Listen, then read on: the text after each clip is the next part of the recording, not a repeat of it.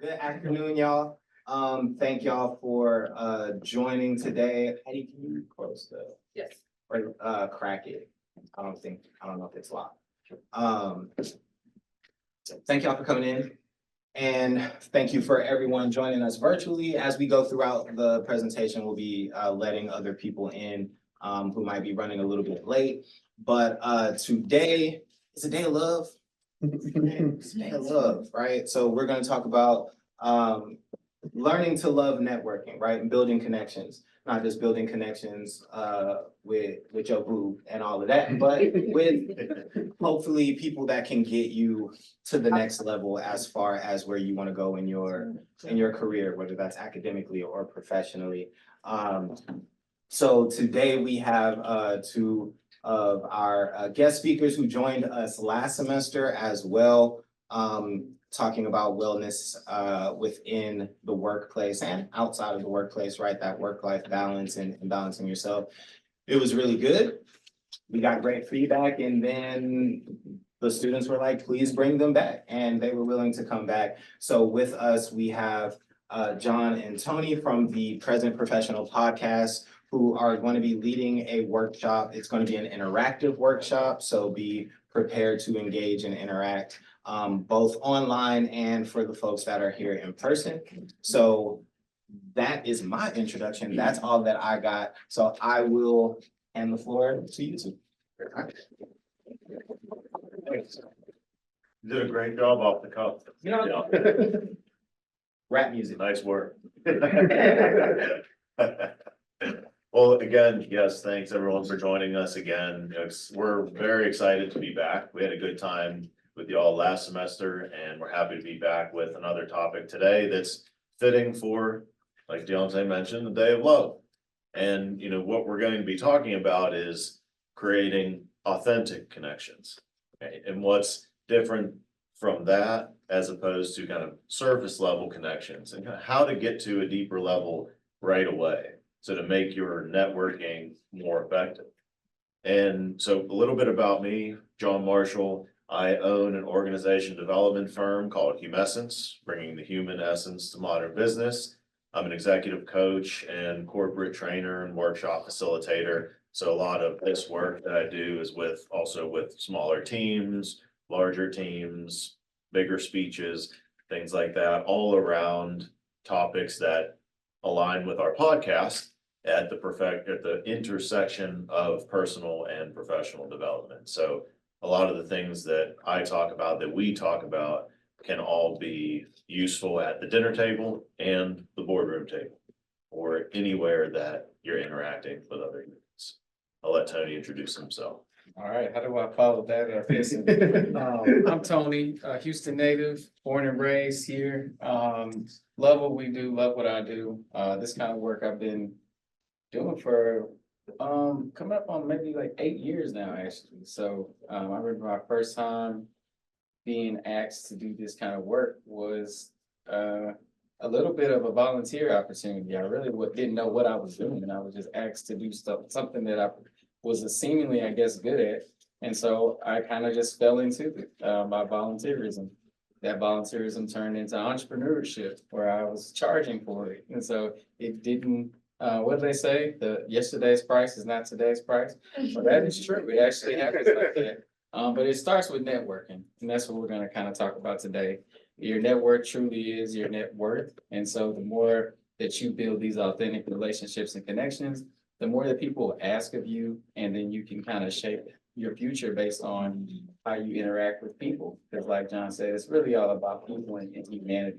All the fanciness is cool, but the better you are with getting to know someone authentically, making eye contact, asking about their life and their family, and being truly interested, it will take you a long way. So I'm very excited to be here, and I'll pass it back to John. We're going to jump right into it.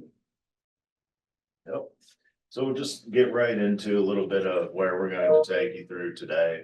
So just starting off discussing what authentic connection is, what it means to each of us and all of y'all. So we'd like your input there, and getting into what's happening in our minds. So like what holds us back from networking and connecting authentically, getting into tips and execution while you're there, in preparation and while you're there. And then also a little exercise to get you to practice that engagement. Okay, and then a little bit more of our virtual world that we live in and some tips for that. And then we'll get to kind of open questions that you might have for all of us. Okay. So, one word, now what comes to your mind when you think of authentic connection? Go ahead and just blurt it out, or just go ahead and state it in the chat online. Organic. Organic, Truthful. truth, Feeling. feelings. Okay, anyone else? Don't be shy. Natural. Natural, Someone in the chat says genuine. genuine. Anyone else? Okay. Now, a story of authentic connection and what that can get you, right? You hear a lot of similar words, a lot of, you know, genuine, truthful, authentic, real. And you can think of a time, you know, when someone's connected with you, or you met someone where it felt like they had an agenda. Or where it felt like, you know, they were kind of self-absorbed, self-concerned. It's like you can usually feel the opposite of authentic pretty easily, right? But then it's, you know, those feelings when something is authentic, a little bit of warmth, engagement, curiosity, like flow, where you don't even notice you're working on the conversation, it's just occurring with ease. Now, I think of a time in my life, before, when I was in high school, actually, there was this guy that came from Penn State to talk about so I did my undergrad at Penn State, and he came to my high school to talk about a different program at the School of Earth and Mineral Sciences at Penn State. And, you know, I was really interested. He took a few of us back to a conference room to talk a little bit more. And I was just straight up with it. You know, I was like, I'm really interested in the program. And, you know, my family doesn't really have the money to send me to Penn State. It's like the most expensive in-state school pretty much in Pennsylvania, so where I grew up. And, you know, just being authentic, we connected over the Pittsburgh Steelers. We connected over, you know, a bunch of different things where I was just open and forthcoming and real. And he ended up being the individual that put me in the running and put my name in for the fellowship program I ended up going to Penn State under. So it was like through just being real with that individual that ended up with the scholarship that put me through undergrad. And like that was just one massive moment that I'll always remember, like that conversation. But there have been so many others that have occurred through my life where the folks that I've just connected with on a real level have been the ones that have called me up to say, this opportunity. What do you think about this? What do you think about this role? You know, I thought of you when someone said they had a need, their company had a need, right? You got a story, Tony? We all have stories, right? Yeah, I mean, for me, I think about this trip I took last year. I went to San Diego for a conference. And when I went to San Diego for a conference, I stayed with a friend, who almost a father figure to a degree. But that relationship didn't start in San Diego, it started here in Houston. So I went to a conference, probably right after undergrad, so I'm not gonna age myself, but it was a few years ago. So I was eager to network. I said, man, I gotta get out of here. I'm back in Houston.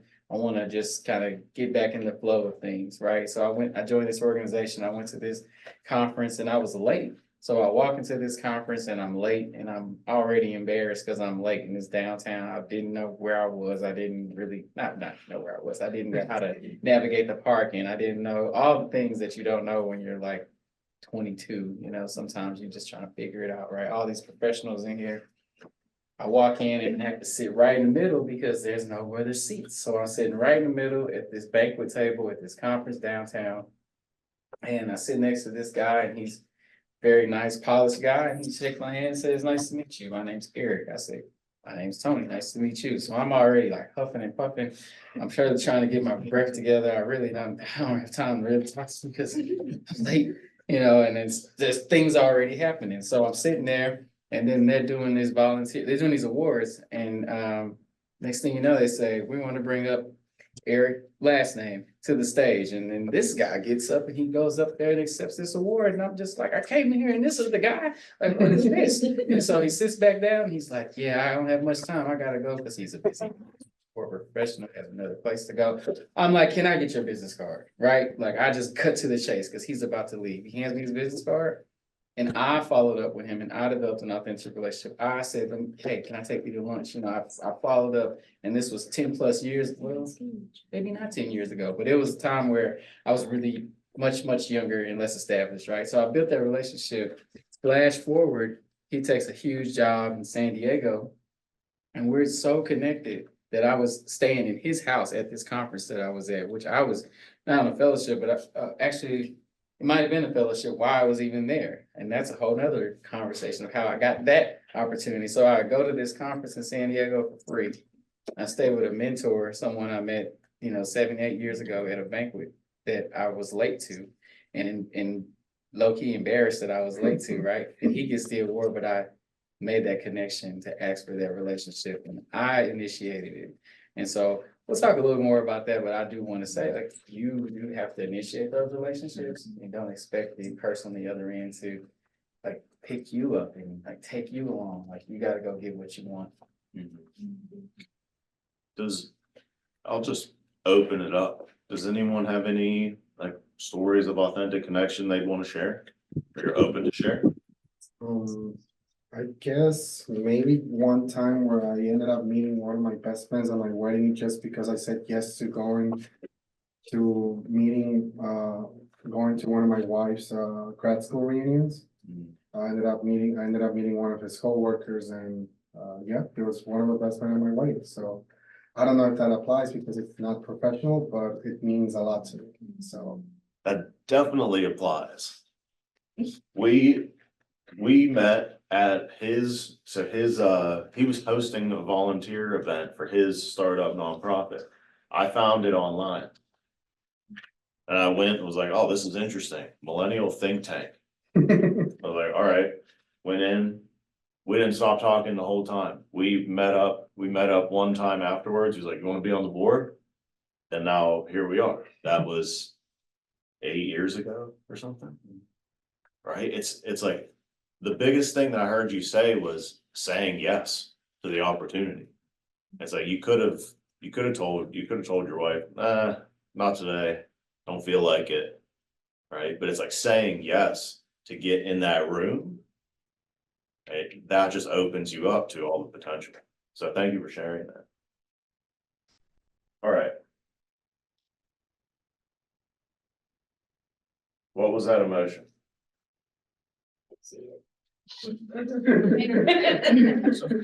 I know most of you saw it. Angry. Okay, that was like less than a millisecond there. All right, for those of you that didn't see it, I'll give you again. Now, the reason we bring this up, right? It's easy, one word: anger, frustration. Like, we notice things like that immediately, right? And there's a reason for that. And this is partially the reason why we stop engaging with people in an open environment or meeting new people at networking events. Like, that's where this fear comes from. So we'll talk a little bit more about that.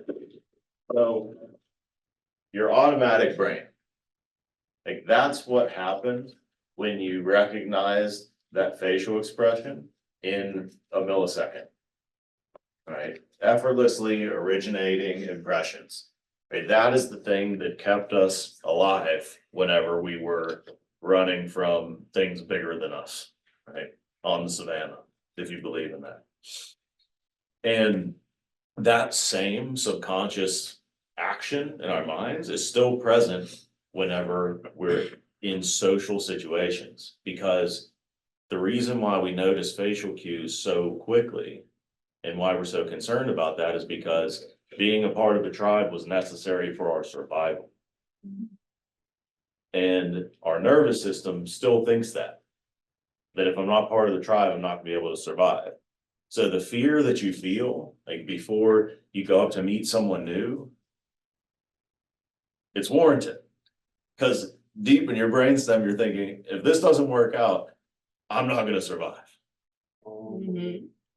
Right?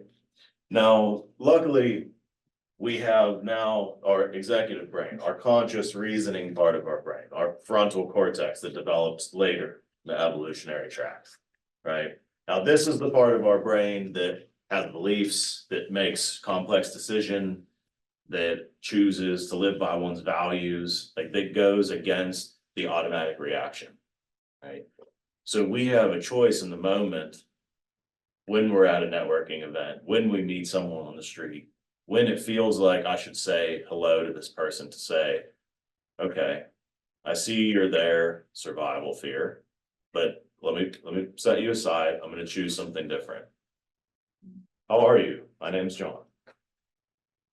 It's like that moment and overriding that fear can be the difference between getting the fellowship, meeting your best man, getting the next job.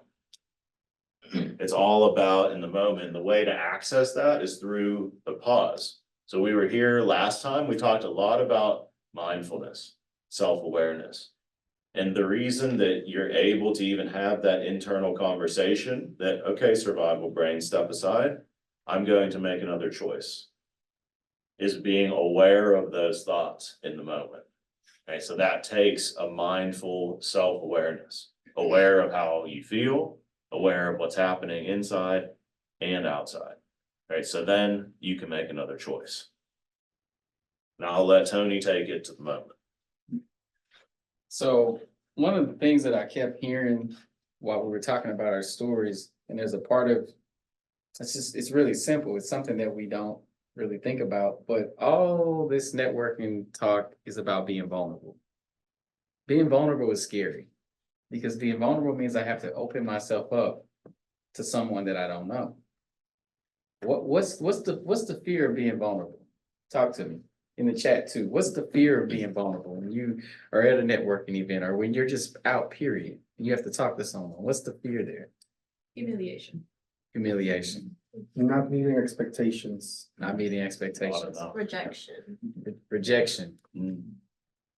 Whose expectations? The ones I figured they would want, the people in front of me would want from me. It's weird. The expectations we set for ourselves, Very- the humiliation in our own minds, getting rejected from what we feel is necessary. I'm looking at the chat, asking the wrong questions. What do you mean the wrong question? What's the right question to ask? I'm asking these reflective questions because a lot of this is already built up in our own psyche. So before we even open our mouths, we're already afraid of sounding stupid. So we just kind of say, let me not talk. Yes, Let me stay in the safe zone. yes. Because I know if I'm right here in the safe zone, then there's no way that I could sound stupid, right? My grandma used to tell me that there's only one stupid question. It's the one that you don't ask. And I was like, okay, what does that mean? It took me maybe 13 years later. That was deep wisdom, grandma. And so when you think about that piece of vulnerable fear of trusting someone you feel you don't know, valid. But you know what's on the other side of that? Opportunity, freedom, new friendships, fellowships, scholarships, job opportunity, everything that we already talked about. So my question is, what does networking even mean? What does it even mean? I have no idea, to be honest. Getting to meet different people. Getting to meet different people. If you think about defining network, it's the connection of different nodes, right? Yeah. Mhm. It's being connected. Mhm. It's the mindful act of connection Mhm. with other beings. Mhm. Stepping stone. Stepping stone. I like that. And let's make this a safe space. Like I talked about that whole, like, staying in your bubble. There's no wrong answers here. We're not coming, I don't have a slide that's gonna tell you the definition. Okay, so, coming together, different people for a common purpose. Mhm. Great, great. Did someone say opening doors? Yeah, all that, expanding your circle. I mean, when I think of my friendship group, it's a large amount of people, but it's just different connections from all these different opportunities and ways that I've made myself vulnerable. I mean, just now we were talking before we got started, right? And this is an example of vulnerability. We're talking about life and we're connecting. I'm showing pictures of my daughter, right? Like that's scary. Like, what if they think she's ugly? Just feel kind of fresh, but you have to train your mind to get over it, right? I used to say things like, I only meet this person one time ever, probably. So what's the fear of, being open? What's really the fear? I may not ever see you again. So why not make it a great experience? Here's my daughter. Or if I'm you got a question? Yeah. So like to piggyback off that, what if it's like I'll only meet this person one time, so what's even the I'll only meet this person one time, so what's even the point? That's a great question. I hope y'all can hear us too in the Zoom. I know John got something to say on that. I'm gonna go first. So let me say this. There's always room to learn. From anybody. Prime example. So it's a crazy example, actually. It's really good. So it is not about me. So I'm walking in the park the other day. It's me, my wife, and our two kids. We have a 2-year-old son and a 30-something day-year-old daughter, right? Wow. Yeah. So we're walking in Herman Park, and my son is super active. Like he would be going crazy in here right now, right? So he doesn't like to sit in the stroller because he's like, I'm a big boy. I'm a big brother now. Like, what are you doing? Get your hands off me. He literally says, put me down. That's his new phrase. Where'd you get that from? So anyway, preschool. So got him in the park and he's letting loose. He's going wild, but he's sleeping. And so I'm like, hey man, we done walked miles away from the car and we need to go back. You got to get in the stroller. So I put him in the stroller. He's freaking out. He's going crazy. He's doing that embarrassing parent thing. If you're a parent, you know what I'm talking about. It's making you look like you don't know what you're doing. So I'm just like, oh, well, I got this. He can go crazy. And there's a man without a home there at the park, right? If you follow where I'm going with that, I'm trying to be very conscious about what I say. So he's there, and this guy calmed my son down. And you know what he did? He said, let me show you how to really cry. And me and my son and all four of us, probably my daughter too, the 30-something day-year-old, we're just staring at this man. And my son stopped crying. And we made it to the car with no other issues. But it's the fact that I could learn, even in that moment, from someone, to your point, what's the point? I'll never talk to this person again. There's always room to learn something from somebody because everybody has something inside of themselves that they want to give, right? And, the internal view is, what's the point? Is a great defense mechanism to stay in your comfort zone. Right? We could look at that about anything. What's the point of, showing up to school? What's the point of work? What's the point of, we're all here, born, and we're all gonna die at some point. So what's the point? But really, it's about engaging with life, like for the sake of itself versus the end. So if you're engaging with someone like for the sake of, I'm someone who is connected, I'm someone who's connected, I'm someone who enjoys meeting other people. Now, are you going to live by that and engage? Or are you going to hide behind what's the point? Because there's always opportunity for learning, but you don't have the opportunity for the fellowship or the job or the best man without it being worth your while to engage in the first place. So you are going to have times that maybe you think it wasn't worth your while. There will be times where you open up to connect with someone and it doesn't go anywhere.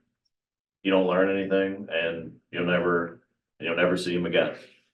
But you have to be open to that side to be open to the positive side. And I think like our relationship is an example of your question. When John and I first met, as he told earlier, we could have just engaged in that one setting and that been the end of our relationship or even knowing each other. Thanks for coming. Yeah, nice. Thanks for having me. And it just be the end. You know, here we are years and years later here today giving this talk all because of giving that experience what it deserved.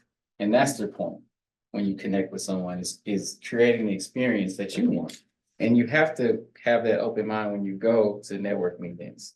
So why is networking important? Now let's kind of put on our working career professional hat. If you've ever had that experience of going somewhere, seeing it in action, why is networking important as a professional? It makes you aware of opportunities that you didn't know that existed before. Learning and development, love it. Makes you aware of opportunities that you didn't know existed. Any others? I don't have a slide after this that's gonna be. We never know who knows who. Never know who knows who. That's a big one. Can you go a little deeper on that? I feel like you have another layer to that one. Any other thoughts you want to add? There's been a bunch of times that I've met bigwigs on accident. Mhm. Either I knew somebody that worked directly for them, or I was just stand next to them and I just started talking to them, because I'm a talker. So I just started talking to them. And then like one of those situations where you just start talking to them like, oh yeah, and then this is our speaker. You're like, oh snap. Right, exactly. And to that point, to that example in the story I gave earlier, I could have been in my head like, you know, even though this is the speaker, I was late. I'm super young. I probably like was dressed crazy. I'm like, I don't think I should engage. Maybe I don't feel like I'm worthy to talk to this person who just got off the stage. But instead, I'm like, instead of what's the point? I'm like, why not? Why wouldn't I? This guy knows something I don't know. He got up there, right? Anything in the chat? Always good to learn about new things and people. Yeah, always good to learn. I go by this thing that I think was instilled in me in my high school because they say it and I look back and I'm like, oh, that's where I got that from. Lifelong learning. Lifelong learning. And not just by a state of education, formal education, but just being open. I think it was, is it Liz? Is it Liz? Okay. Liz was telling me back there, she'd just be learning languages. Almost for the sake of learning them, right? Just kidding. Something like that. I know there's a lot deeper than that. But that's amazing, right? Just challenging ourselves to be open to learning more things and learning about people and learning about things that we don't know and going to networking events to see what else is out there. Yes. I was gonna add, you don't know what doors it'll open for you. Right. Can you tell everybody where you just came from? Just came from South Korea. Oh, I was working out there for 2 years. Wow. I just came back last year, so here we are. And not to put you on the spot, but you said it right there about doors opening and you were pre-learning language before your opportunity. You just really never know. Just really never know. Anybody else on why networking is important? Yes. Sometimes people are looking out for you. Yeah. And you know, it's great that you said that because I think, and this just my feels when it comes to what I see on the internet. I just feel like nowadays people are more, we feel like people don't look out as much as they used to, or we just feel that people aren't looking out for me. And you just said a great statement of that people are, and people, especially when you're networking, because I think it was said in the chat, but networking is also important because when you go to an event, usually it's like-minded people and they're all like wanting the same thing. So that's the perfect space to be vulnerable because it's more than likely that you're gonna have a good outcome by just talking. Just adding to the point he made, last semester, this ATA also organized a career trip to Microsoft. And the one thing that impressed me was that coming into this trip, I was expecting people to be maybe a little bit standoffish, maybe having the idea that these people maybe were forced to be there. But when I went there, I was honestly astonished to see that it was actually the opposite. These people were like looking out to like talk to us, to like tell us, no, yes, this is what we do. Like, there's no dumb questions. Please ask away, please. Like, we want to be here for you. And ever since then, I realized sometimes people look out to give out opportunities, but unless you put yourself out there, they're not gonna know that you want that opportunity. So that really opened up my eyes to what networking can do for you. And it made me a believer, to be honest, so. And That's that, what I'm here. and that putting yourself out there piece, that's the vulnerable piece, that's the scary piece, that's the, I may look stupid if I, That's what vulnerable means right there. I saw, were you gonna say something about the chat or are you gonna add a comment? A comment. You know, networking, it like reminds me of a lot of times when you network, you meet people older than you, and it's like they probably see themselves in you. It's like, I had to struggle so hard to get here. Let me help you and give you a step up. Yeah, it's like, when you're young, you don't have the resources, but you got the time. And as you age, you have the resources and less time. So people at the top have less time to give you, but they do have the resources. If you match the two, that's how you can really, somebody said stepping stones earlier. That's how those stepping stones generate, because the folks who have the wisdom are willing to give it to the people that are willing to ask for it. But if they look at you and look at like, hey, he don't care, she don't care, they ain't gonna give you this great opportunity that's right around the corner where you can ask.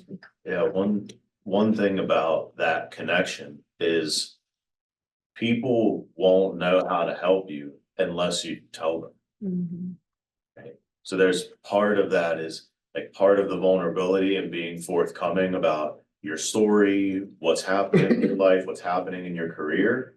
Maybe that person won't have the resources to help. And maybe they may know someone to connect you to that does. But unless they know your story, it's impossible to make that connection.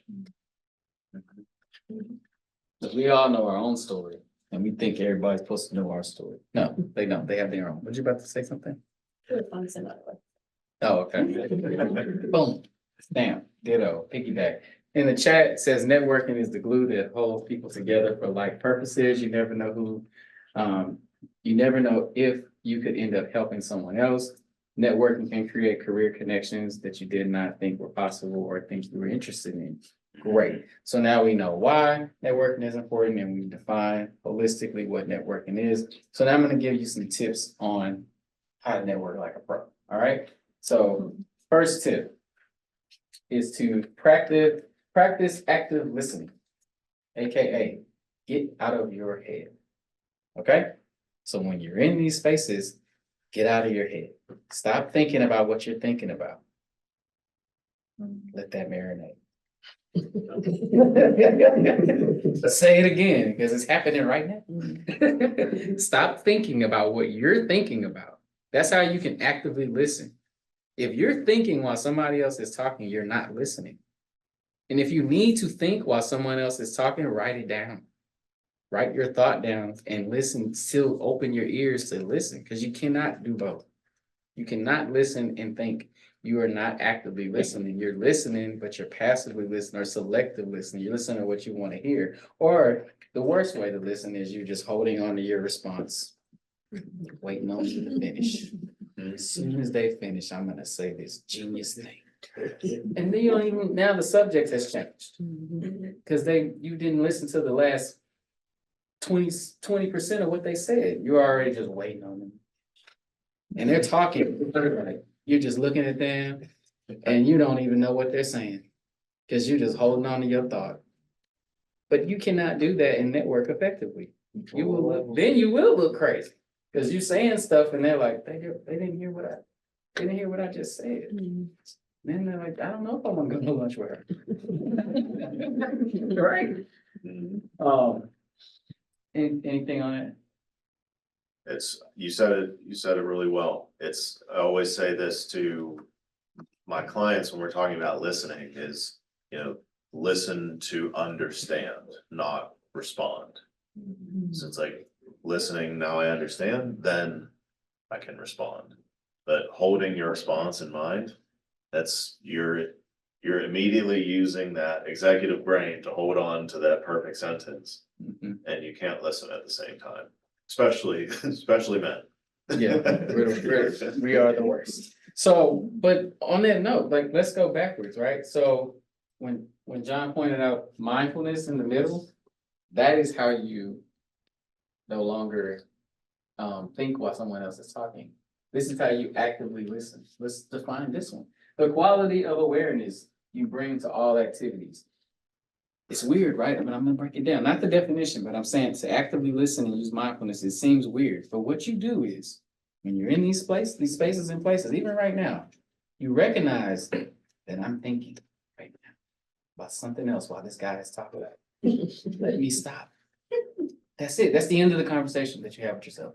Then you stop listening to yourself and then you open your ears. Because you've brought a level of awareness to yourself to recognize and call yourself out to say, I am not listening right now. I am thinking about what I'm gonna eat. I am thinking about traffic. I'm wondering what time this ends. I did not get flowers for Valentine's Day. You gotta cut all that out and be fully present and just give the person that you're talking to your full attention. That is how you get out of your head and actively listen. That makes sense? Yes. Yeah. So after you practice actively listening and getting out of your head, and even if you're doing this virtually, you close the other screen. I'm so guilty of this, but I'm being honest, right? You close the other screen. Vulnerable. Yes, vulnerable, me right now for sure. And you sit there and you engage even virtually.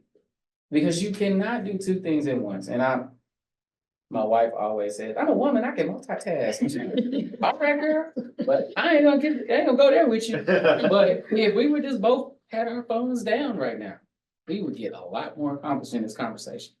Just saying. So, networking tip number 2 is to prep like a pro. Prepare. Prepare, especially like you talked about that trip to Microsoft, like wherever you're going, like, especially if you get an opportunity to go to a conference or whatever it may be, or just even in the building here, prepare.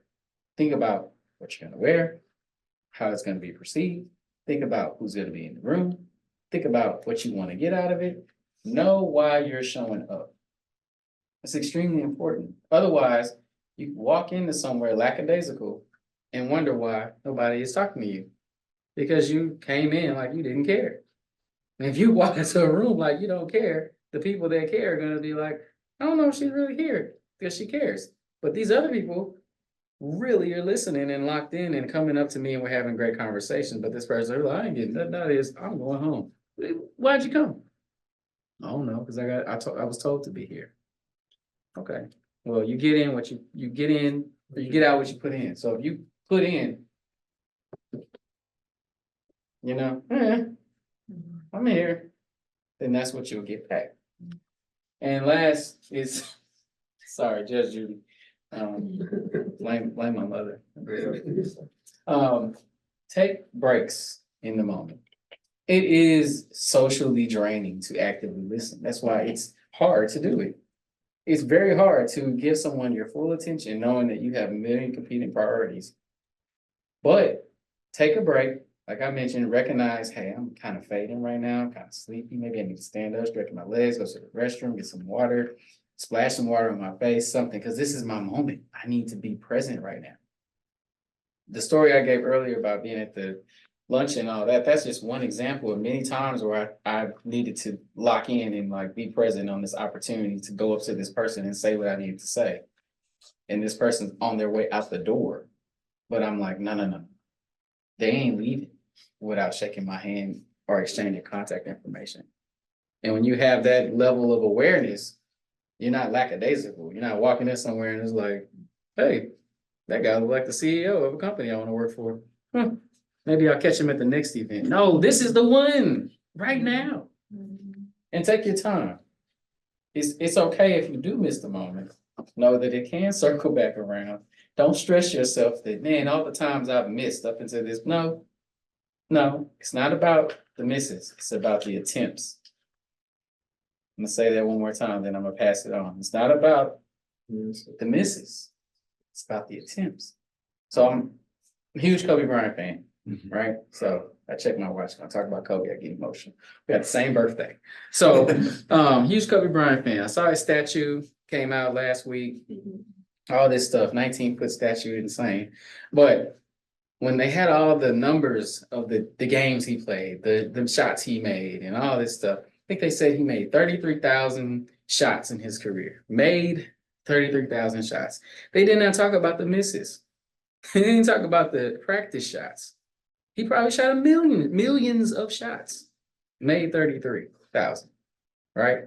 It's about the attempts and the makes, not the misses. If you concentrate on the misses, you can depress yourself. If you only think about all the things that went wrong, not just with networking, but in your life. This went wrong. I had a friend call me yesterday. He was like, I hope he's not on the virtual call, but I'm gonna use it anyway. He said, man, I bought a drum set and in my apartment, I got 2 complaints about me having this drum set and I just don't understand.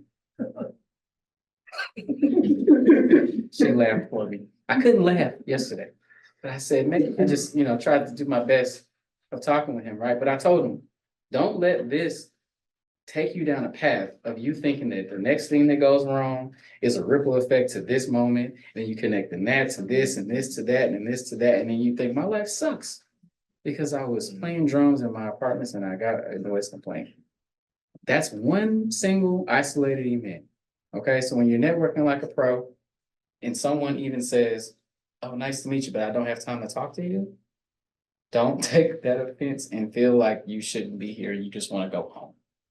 Talk to the next person, pick yourself up and say, it's okay. Because one day I'm gonna be too busy to talk to somebody too. Thanks. Yeah, it's been, interesting. Kobe for life. And I think I'd say with that, like start small too. Do you want to go to one networking event and say to yourself, like, I'm gonna have one authentic conversation before I leave this. And you're working your way up from having none. Fantastic. Next one, you have 2. Next one, you have 3. And before you know it, it's just happening naturally. But give yourself grace. Yeah, and one last thing, there are usually 2 types of networkers. There's the people that work the entire room. They just go everywhere, talk to everybody for a little bit, 5 minutes here, 2 minutes here, 1 minute here, 60 seconds, they just hit everybody. Then there are people that are locked in with one person or 3 people, and they have 15, 20, 25-minute conversations. Identify that and kind of choose which one you want to be. One of them can be quick, you don't have to go deep with people, boom, it's me. The other one, you may be more comfortable right here. I'm right here in my zone with this one person and we're really having a good time talking. Okay. And that could go a long way, right? Just that one authentic, deeper conversation. So, yeah, not just quantity over quality. All right, so I'm gonna show you a little demo here. We're not gonna get complicated with breakout rooms on Zoom. We were thinking about giving everyone a stab at this, but we want to make sure there's enough time for Q&A. But we talked about tip number 1 of active listening. So there's a little exercise that we call curious conversations, where you just ask questions. So how far can you actively listen to continue the conversation by only asking questions? So I'll just start with Tony. This is not planned.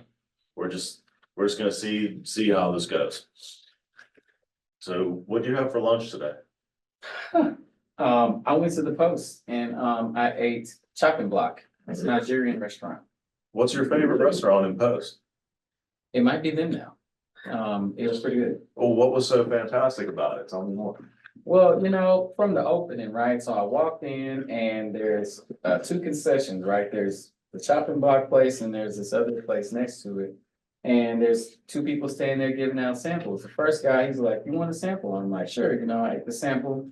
And I was, decently impressed, not superly overexcited, and neither was he. And so when I went to the next lady, she's all excited. They got juice, they had a bigger cup. I just see everything and I'm like, the presentation sold me. Even though it was $20, I would buy it. Wow, what did you learn from the differences between those two people?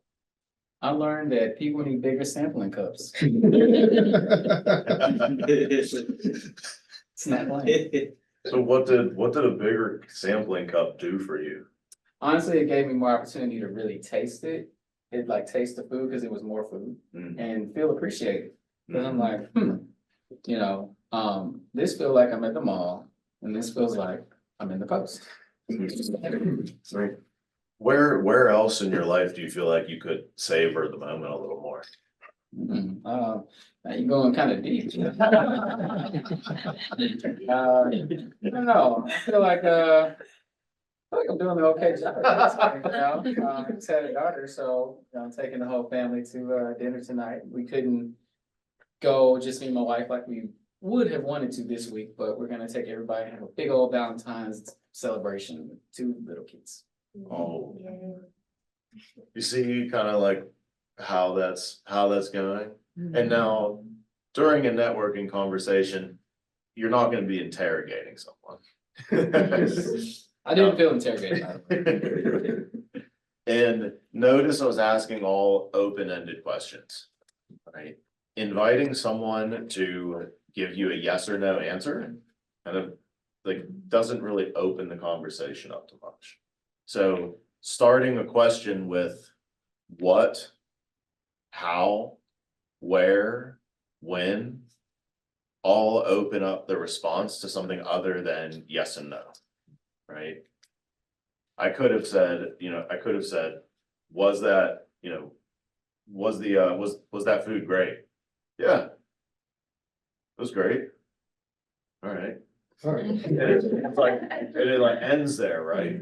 But when you talk about the experience, right, how did that make you feel? What was, how does that compare to some of the other places that you've eaten?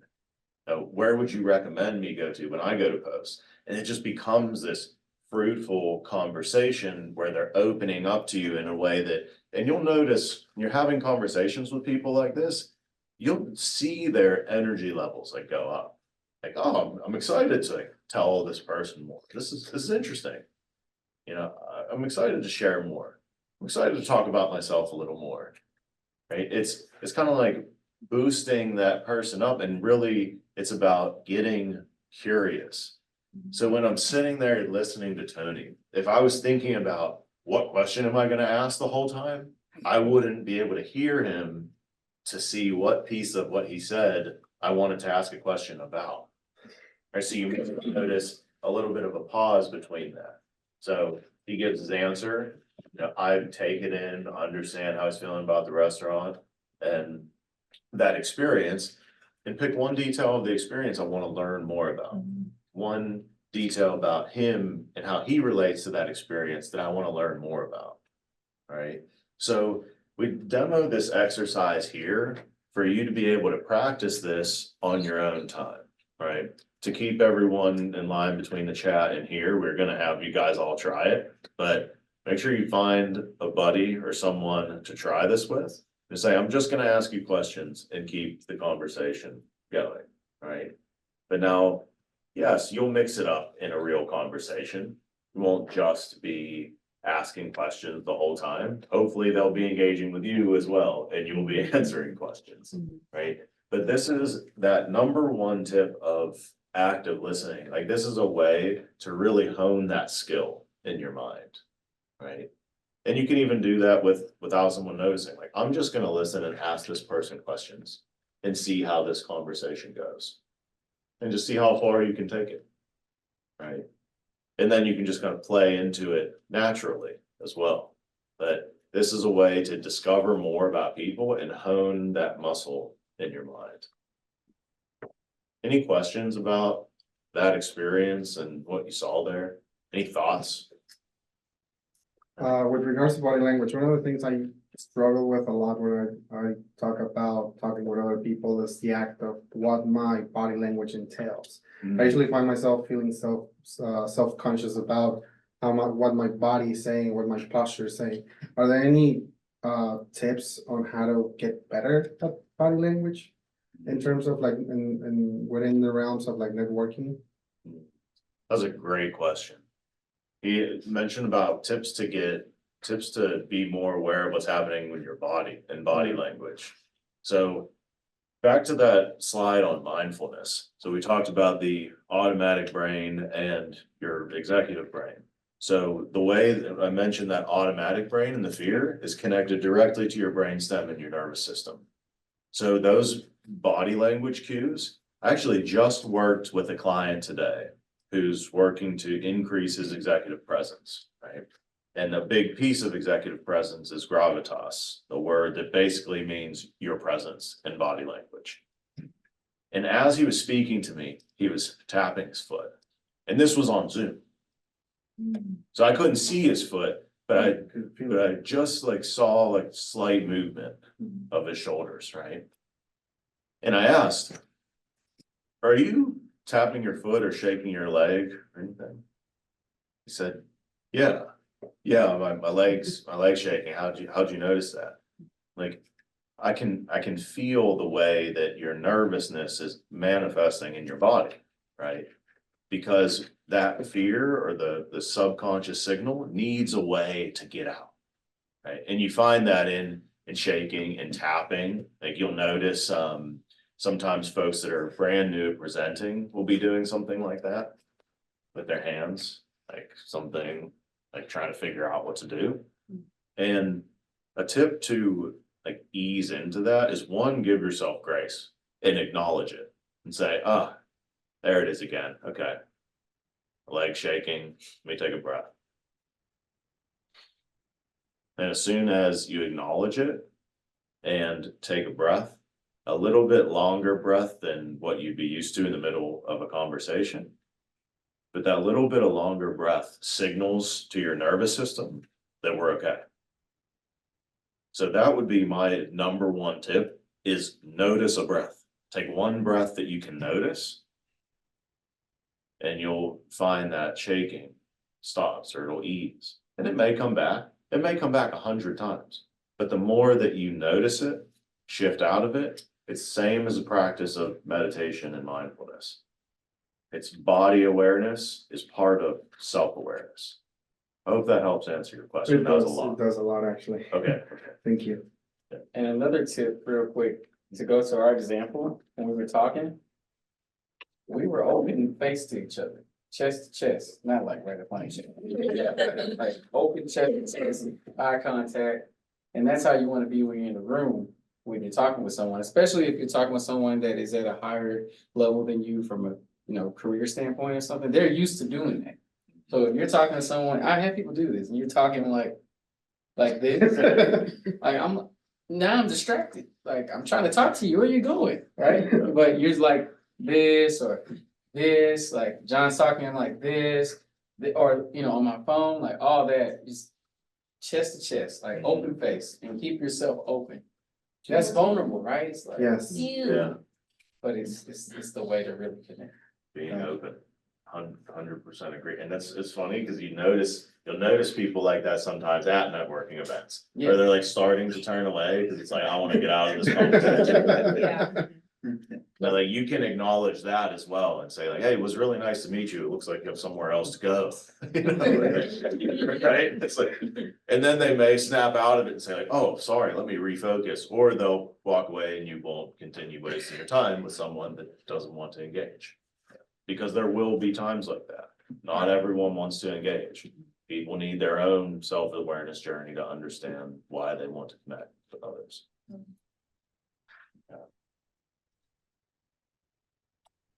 So we're going to talk about virtual networking for just a little bit. Before I do that, I want to also mention that when we were doing the exercise, when you want to take the relationship or conversation to the next level, John provided he asked great questions that could have led to a follow-up meeting or meetup between the two of us, even if I was a complete stranger.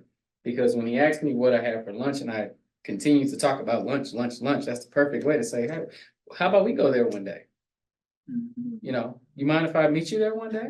Like, that's it. And next thing you know, we're sitting at the post, eating lunch together, having a whole nother conversation and building a relationship. So just want to offload that. You see these on the screen. These are virtual networking tips. I'm gonna be like 30 seconds. Master the Zoom features. Simple. Camera on, mic off, unless you're speaking. I was on a call today. This guy was just eating his food and they had to say, Oh. Kevin, turn your mic off. He goes, oh. I'm like, how long have you been doing this, Kevin? No, I'm just kidding.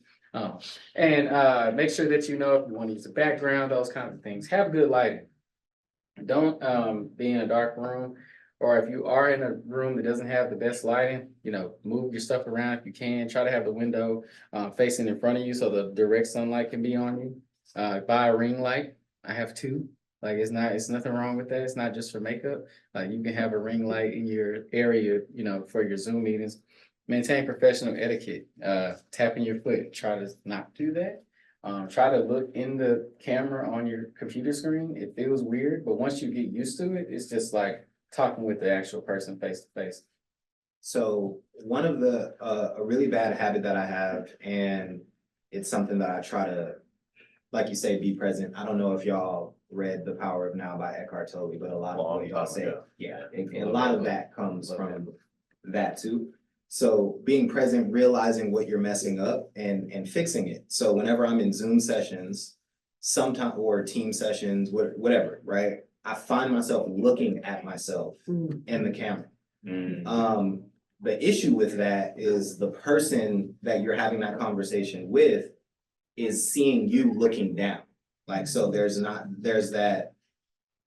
really eye contact. Granted, we're virtual, so there is no eye contact, but a way that you can connect better whenever you're having those conversations with someone virtually is to look directly into the camera lens. Like look, because then it looks like you and I are having eye contact, even though that's not the case. Yeah. So I'm glad you brought that up. Yeah. Pro tip on that one. So since I have a lot of one-on-one sessions with folks, right, I'm constantly connecting with people through Zoom.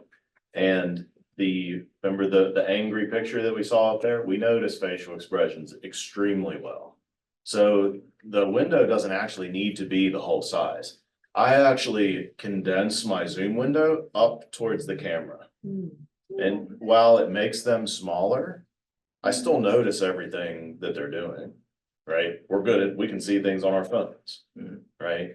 So I zoom the window up towards the camera. That way, when I'm looking at them, even if I do see myself, it's still in that general vicinity of the camera, right?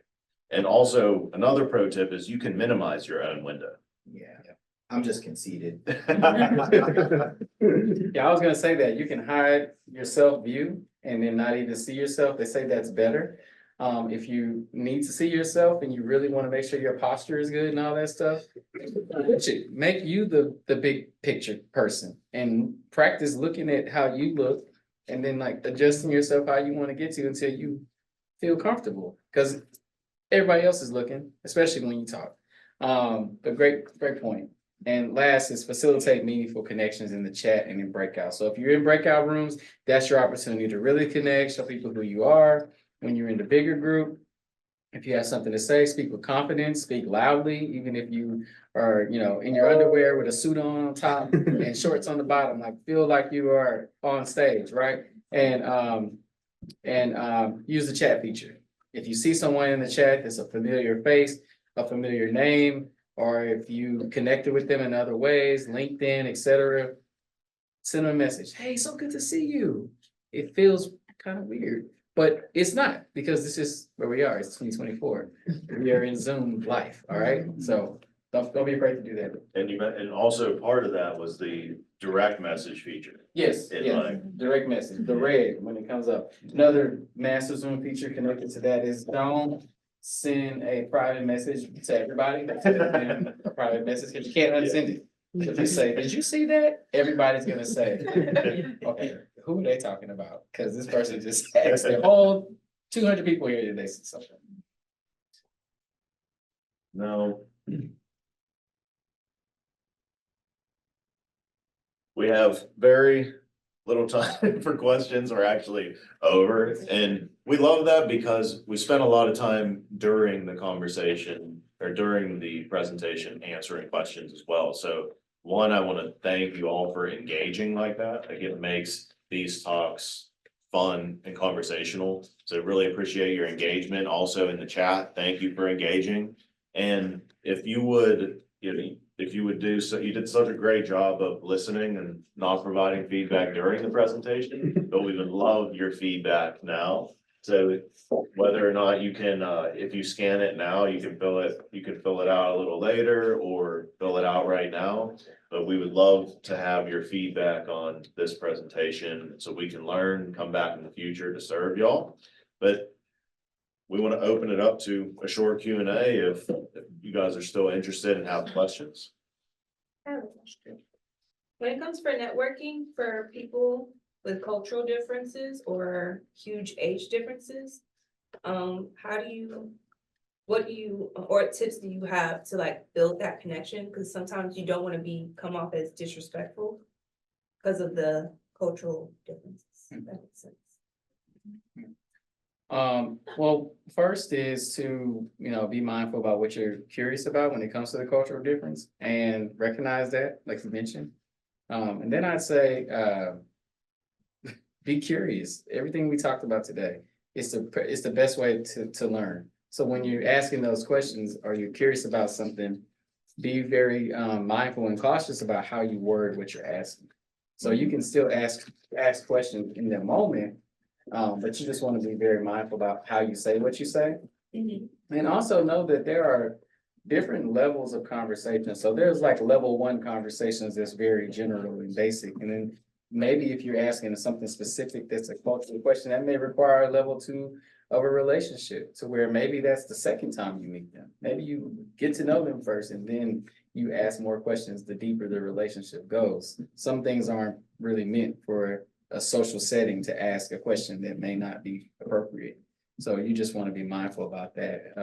But I would just find a very soft, nice way to ask your question that doesn't seem threatening, and ask it as if you were the recipient. So if someone asks you something, make sure that you're not offended the way you're going to ask them. You know what I'm saying? You don't want to say something that would make you feel uncomfortable, and then you said it. Well, I guess so, like, for example, when I say age difference, so different people want to be communicated different ways. So like the younger generation would rather be texted or emailed, and the older generation would rather well, from my experience, rather you talk to them or call them. And the older generation will find it disrespectful if you just email them or text them, like, you could have talked to me, and vice versa. The younger people are like, why are you calling my phone? Oh, I see. You know what I mean? So how do you? Who holds the power in the relationship? Yeah.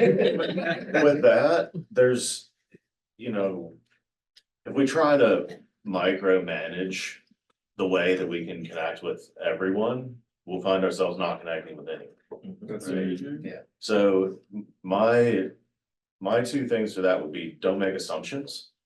Like, don't assume someone wants to be communicated with a certain way or wants to be spoken to a certain way. You never know. Right? That younger person may have grown up differently. That older person may be, more of an introvert. Right? There's so many factors that come into that. I would just say, don't assume and remain curious and open. Those open-ended questions really help, right? To get people to share more instead of kind of being closed into a box. Those open-ended questions help a lot too. Yeah. So to kind of answer that also, I think Tony said it earlier, right, about your grandma saying, there's no such thing as a stupid question. The only stupid question are the ones that you don't ask. So there's nothing wrong with asking a person how they would like to be communicated with. That's great. I've asked people that I've been wanting to network with, especially like people with PhDs and things like that. Do you want me to refer to you as Dr. So-and-so, or what would you like me to refer to you as? Just so that we can get rid of the guessing game that's associated with it, right? Beautiful. Because there is always that. And especially now, like as I've, I guess in my career, gotten to a different point where now I'm in rooms with those PhDs and with those people, right? There's nothing wrong with asking that, because you would assume that someone with a PhD wants to be called doctor, but I called one of my professors in grad school, Dr. So-and-so, and he was like, don't call me a doctor, I know doctors. He's like, I know real doctors that save lives. I just work in accounting. And so, you know, coming to school, people had told me if they have a PhD, you better call them doctor, but that didn't work for him, right? So just ask those questions. Yeah, my wife has a PhD in chemistry and she does not like to be called doctor, not even way. It's like, we could get better service at the airport.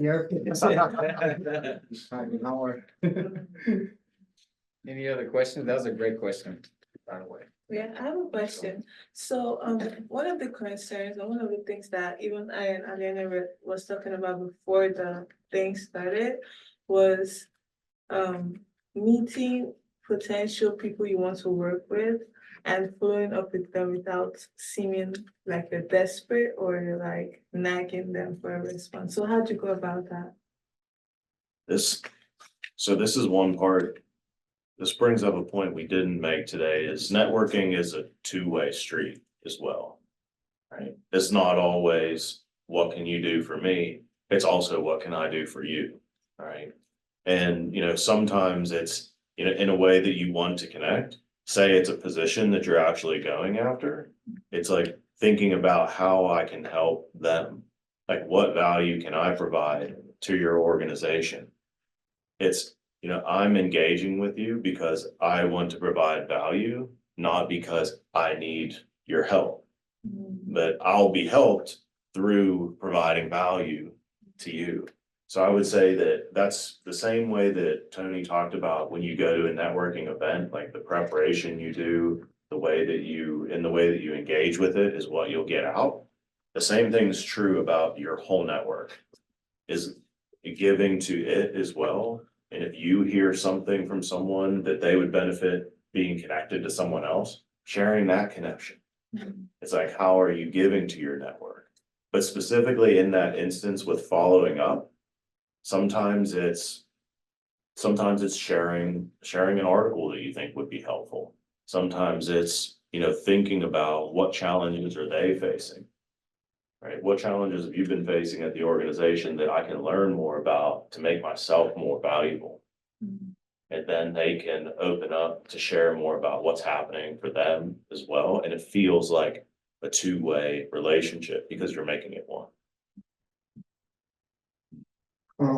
I guess one of the questions I have is, what is your preferred approach to following up? What is like the approach that you like to practice whenever you're thinking about, or whenever you want to follow up to a new networking contact?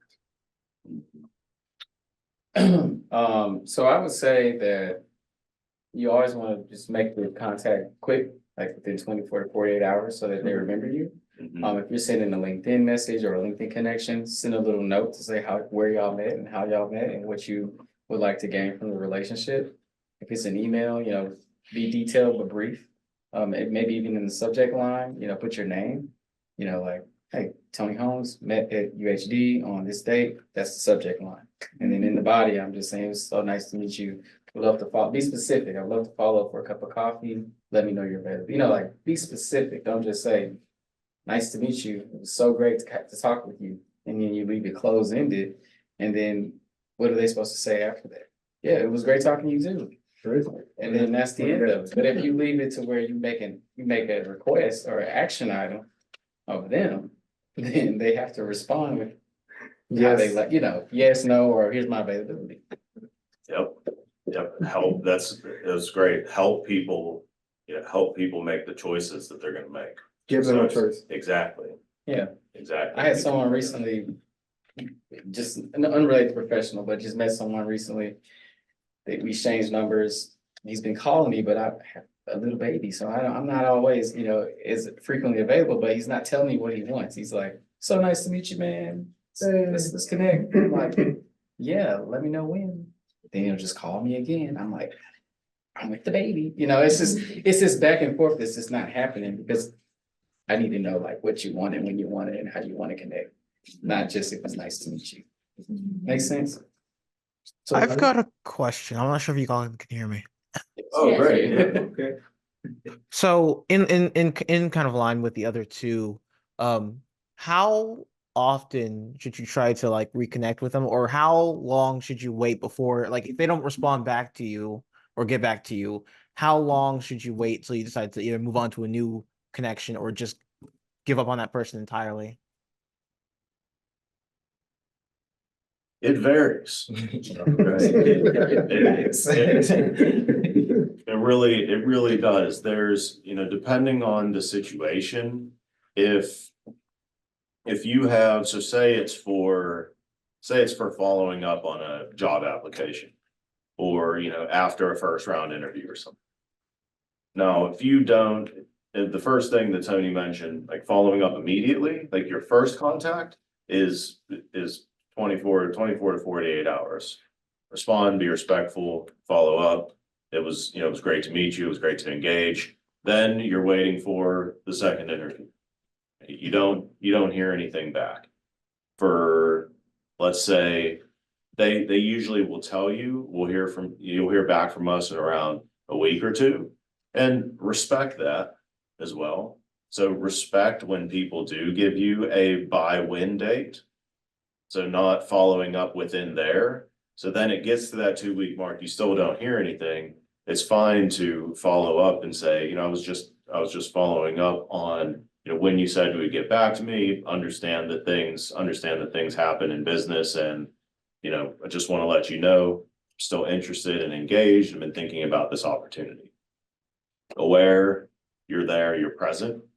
And then if you still don't hear back within, say, another week from that message, you can follow up again. But then I would also say is there a different way to connect? Is there a different person to follow up to? Like for a specific job opportunity, you can get more creative with connecting with people in the organization, which you should be doing from the get-go anyway. So you're having the first interview, but you're reaching out to some other people, say through LinkedIn, within the organization to learn more about that position. So maybe you follow up with another contact that you've made, right? I haven't heard back. It was supposed to be within this time frame. I'm just curious if this is something that is, typical within the organization, or like if you could give someone a nudge. So then there's kind of going the other route. But then there's also a time to just let go. Right? There's going to be times where, you'll get ghosted. Yep. Right? That's just the reality of the world that we live in today, is like, it's full of distractions, and sometimes folks don't want to give other people the time of day, and that's their loss. All right. I hope that somewhat answers your question. Did you want to get a little bit more specific? No, that gave me what I was looking for. Okay. Yeah, and just quickly, I would say for individual contacts, I probably do it 3 times. Then when I see you, like I'll probably see you again, especially if we're in the same professional setting of some sort. And I'll remember. No, I'm kidding. I'll come up to you again, and I'll say, "Hey, remember me? I was reaching out to you," and then they'll have to give you their excuse as to why they ghosted you.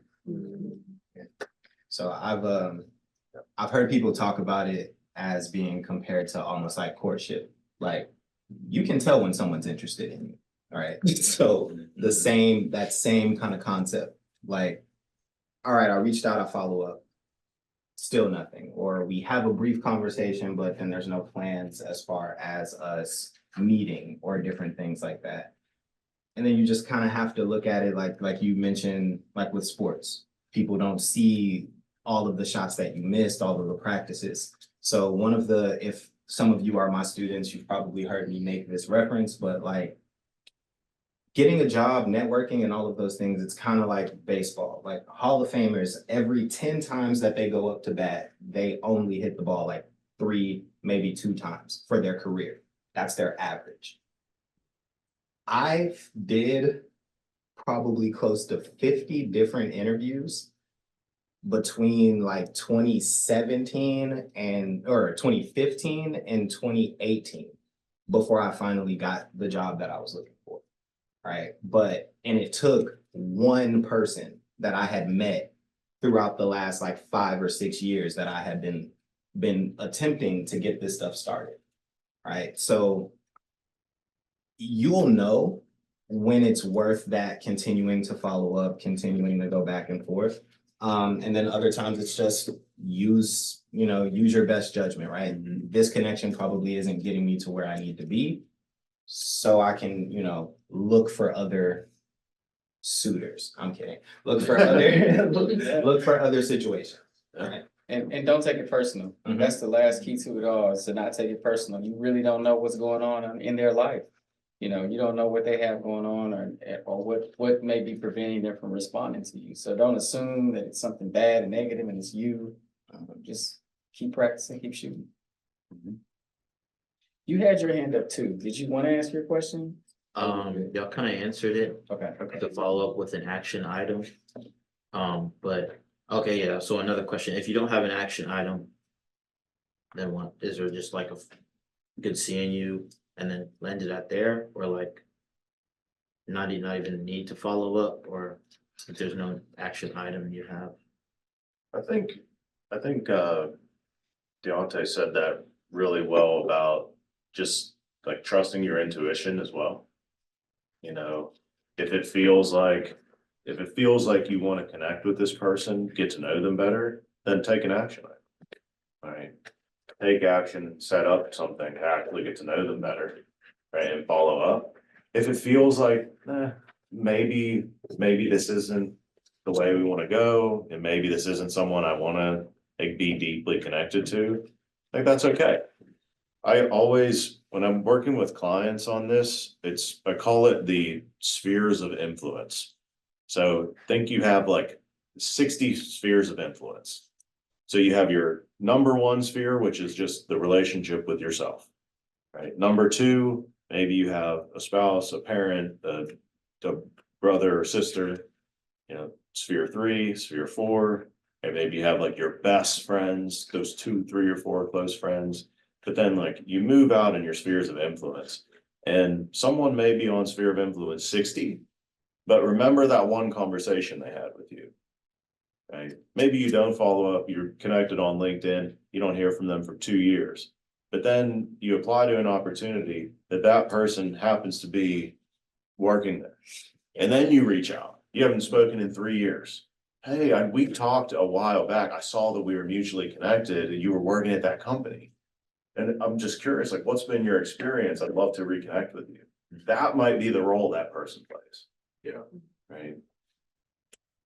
Hope that helps. And vice versa, you might do that for someone else. Mhm. And then we live in a world where you can follow people on social media. So at the least, if you don't do anything else, just follow them on social media or connect them on LinkedIn and let that be the relationship. It doesn't always have to be an action item. That's a great point. You kind of answered my question, but I'm still asking anyways. So say you do like successfully network, right? And you've got whatever job position you have. But then obviously life happens and you've stopped networking with that person. How would you go about reconnecting and not making it kind of like, hey, sorry, I dropped you for a little bit. Oh, you're the ghoster. Hey, be vulnerable. You can be straight up with them. Like I got caught up in my life and lost track of folks I've been connected to and wanted to stay connected to. And I wanted to be open and honest with you about that, but I'd love to reconnect. That would be my advice. Send them a text, hey, big head. Yeah. It's like, just, tell them your truth and what was happening and, why you'd like to reconnect. And also be open to the fact that they may just not be interested. And that's okay. How would you try to make it seem like you're not using them anymore as like a connection? It's networking, they know. Yeah, so- We know. I mean, sometimes it's better to just be straight up with what you want. That helps people direct you to the resources that they have if they're open to it, yeah. And I would also say, depending on what you're asking for, depending on the relationship or what have you, it's always best when you haven't seen someone in a while to show up with gifts, right? Say, I'd love to take you to lunch, right, on me. And then they at least get a free lunch out of whatever you're asking for. True. It's like, what shit? So I'm in a weird situation where I kind of have everything that I wanted. So anybody that I network past this point is just random people that I'm meeting. So what do I do? Like in networking situations, I don't need anything. Like I've gotten my internships. I've gotten, like, if I get a job offer with my next job, then I won't have to kiss babies at different firms, but I'm still meeting these people at different firms, but I still want them. You know what I'm saying? So now you've become the big dog. Like you can be like, what do you need from me? I'm gonna pay it forward. Yeah. I'm doing Well, it sounds like you're doing it. And there's never anything wrong with having backup plans. Like, I'm in my career, but I work for a grant. So my LinkedIn is still very much up to date.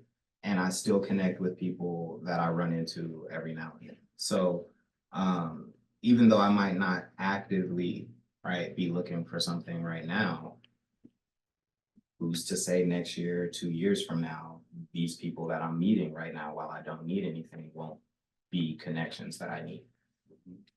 Yeah, and it might be just an opportunity to double down on the folks that are the closest to you as well. Like, That's my to grandma, deepen some of the relationships. that's that- what my grandma used to say, the best time to look for something is when you don't actually need it.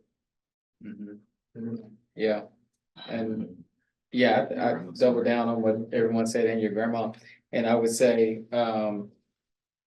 you know, it's nothing wrong with having non-transactional relationships too. Just knowing people generally, and then being a connector, like being a person that someone says, hey, do you know someone who does this? And you're like, oh yeah, that's so-and-so, this guy I met, is such and such, and I feel like I'm at that point. Connector, yeah. keep doing it. A lot of people that need connectors. Mhm. There's people that literally whose job is to connect people. My father-in-law, before he took a managerial position that where he's at now, he was a headhunter. That's literally what they do for a living, connect people. It's true. Well, want to be respectful of everyone's time. If there's no more questions, feel free to, to chat with us afterwards. We'll be around for a little bit before we head out, but thank you guys so much for being so engaged. It's been such a great time, like speaking with all of you. Everyone online, thank you as well for engaging always in the chat. So that keeps everything easy, as I said before. So it's really been a pleasure to be here. Well, thank you guys. I don't know if we gave y'all these last time. Take another. You got one? You got one? I'll take another. We get it. Don't. Hey, y'all didn't hear